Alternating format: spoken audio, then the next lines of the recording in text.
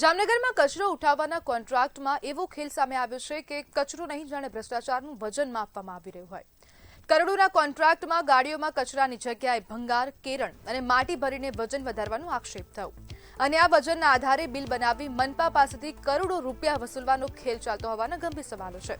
સૌથી ચોંકાવનારી વાત એ છે કે આ ગેરરીતિનો પર્દાફાશ કોઈ વિપક્ષી નેતાએ નહીં કર્યો, પરંતુ ભાજપના જ કોર્પોરેટર અને સેનિટેશન સમિતિના વાઇસ ચેરમેન પ્રકાશ રાઠોડે કર્યો છે।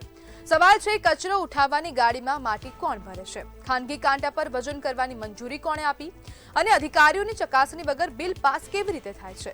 જો આક્ષેપો સાચા હોય તો આ માત્ર કોન્ટ્રાક્ટરની ગેરરીતિ નથી, આ તો જાહેર નાણાં સાથેની છેતરપિંડી છે। એક તરફ શહેરમાં કચરાના ઢગલા, બીજી તરફ કચરો ઉઠાવવાના નામે બિલોની ભરમાર।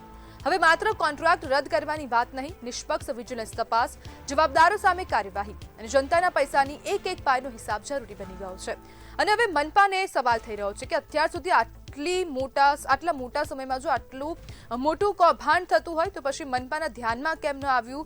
રહી હવે જે સામે કૌભાંડ આવ્યું છે તેના કારણે હવે અનેક સવાલો પણ થઈ રહ્યા છે અને આજ બધે આપણી સાથે ચર્ચા કરવા માટે જામનગરના કોર્પોરેટર વોર્ડ નંબર 11ના કોર્પોરેટર પ્રવીણ રાઠોડ જોડાઈ ગયા છે। પ્રવીણભાઈ, જે કચરાનું કૌભાંડ સામે આવ્યું છે, આપની શું પ્રતિક્રિયા છે તેના પર? मैं कमिश्नर साहब ने लेटर લખ્યું છે કે કચરાનો જે કોન્ટ્રાક્ટ આપેલો છે, અગાઉ કોન્ટ્રાક્ટ આપેલા હતા એના કરતા આ બે એજન્સીઓને જે કોન્ટ્રાક્ટ આપ્યો છે એ 2 કરોડ રૂપિયાનો કોન્ટ્રાક્ટ આપેલો છે, પણ છતાં જામનગર શહેરમાંથી કચરો ઊંચો પડતો નથી। બે એજન્સીઓને કામ આપ્યા છે, બે એજન્સીઓ જે 4 નંબરના વોર્ડ સુધી એજન્સીઓ જે ગાડીઓ વાળા જે કચરો ઉપાડતા નથી, કચરો ઓછો ભરે છે, એક ખાનામાં ભંગાર ભરે છે ને પૂરતો કચરો ઉપાડતા નથી। ગાડીઓ શહેરની અંદર પોઈન્ટ ઉપર ફરવી જોઈએ, ઉભી રહેવી જોઈએ, પબ્લિકમાં કચરો નાખે, ત્યાં કચરાની ગાડીમાં 2 માણસો રાખ્યા હોય છે, એને પબ્લિક આગળથી બાલ્ટી લઈ ને કચરો એમાં નાખવું જોઈએ, એ પણ કરતા નથી। એટલે આપણે કમિશનર સાહેબ ને લેટર લખ્યો છે ને જ્યાં ડમ્પિંગ છે ત્યાં કોને ગાયો એ કચરા પ્લાસ્ટિક ખાઈ છે, એની લાગણી બહુ દુભાઈ છે। એટલે આપણે વિજિલન્સ ને પણ આ લેટર મોકલ્યો છે કે આની તપાસ કરે। આની અંદર કોન્ટ્રાક્ટરો, કચરાની જે એજન્સી કોન્ટ્રાક્ટર છે એ અધિકારીની મિલીભગત છે એવું મને લાગે છે। જી બિલકુલ પ્રવીણભાઈ, તમે જે રજૂઆત કરી, તમે લેટર લખ્યો છે, કોઈ પ્રતિક્રિયા આવી કમિશનર તરફથી, વિજિલન્સથી?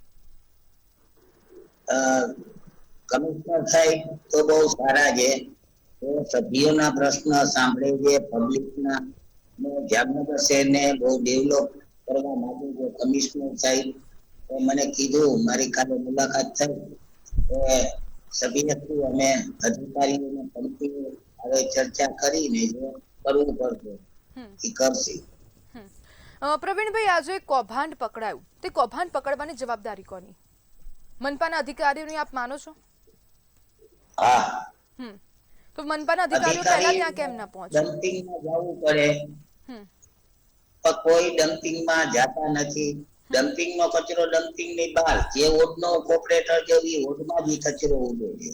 ખરેખર તો જામનગર શહેરથી 20 કિલોમીટર દૂર ડમ્પિંગ લઈ જવું છે, જે શહેરમાં આપણે સાફ કરવાનું છે, સ્વચ્છતા મુખ્યમંત્રી એમ કહે છે સ્વસ્થ રહેવું જોઈએ, કરોડો રૂપિયાની ગ્રાન્ટો જોઈએ, છતાં એજન્સીઓ વાળા કોઈ પણ જાતનું ગેનારતા નથી।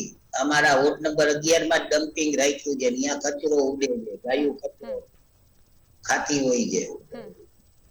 પ્રવીણભાઈ, આ એજન્સી, આજે 2 એજન્સીઓના નામ સામે આવ્યા છે, તો તેમની સામે હવે બ્લેકલિસ્ટ કરવાની કાર્યવાહી થવી જોઈએ? બ્લેકલિસ્ટ કરવી જ જોઈએ। આ બંને એજન્સીને બ્લેકલિસ્ટ કરી વિજિલન્સ એની તપાસ કરે અને જે ઈમાનદાર ને સત્ય ઉપર હાલેલી એજન્સીને કામ દેવું જોઈએ, ભ્રષ્ટાચારી એજન્સીઓને કામ નહીં દેવાનું। જી બિલકુલ પ્રવીણભાઈ, જોડાવા બદલ આપનો આભાર।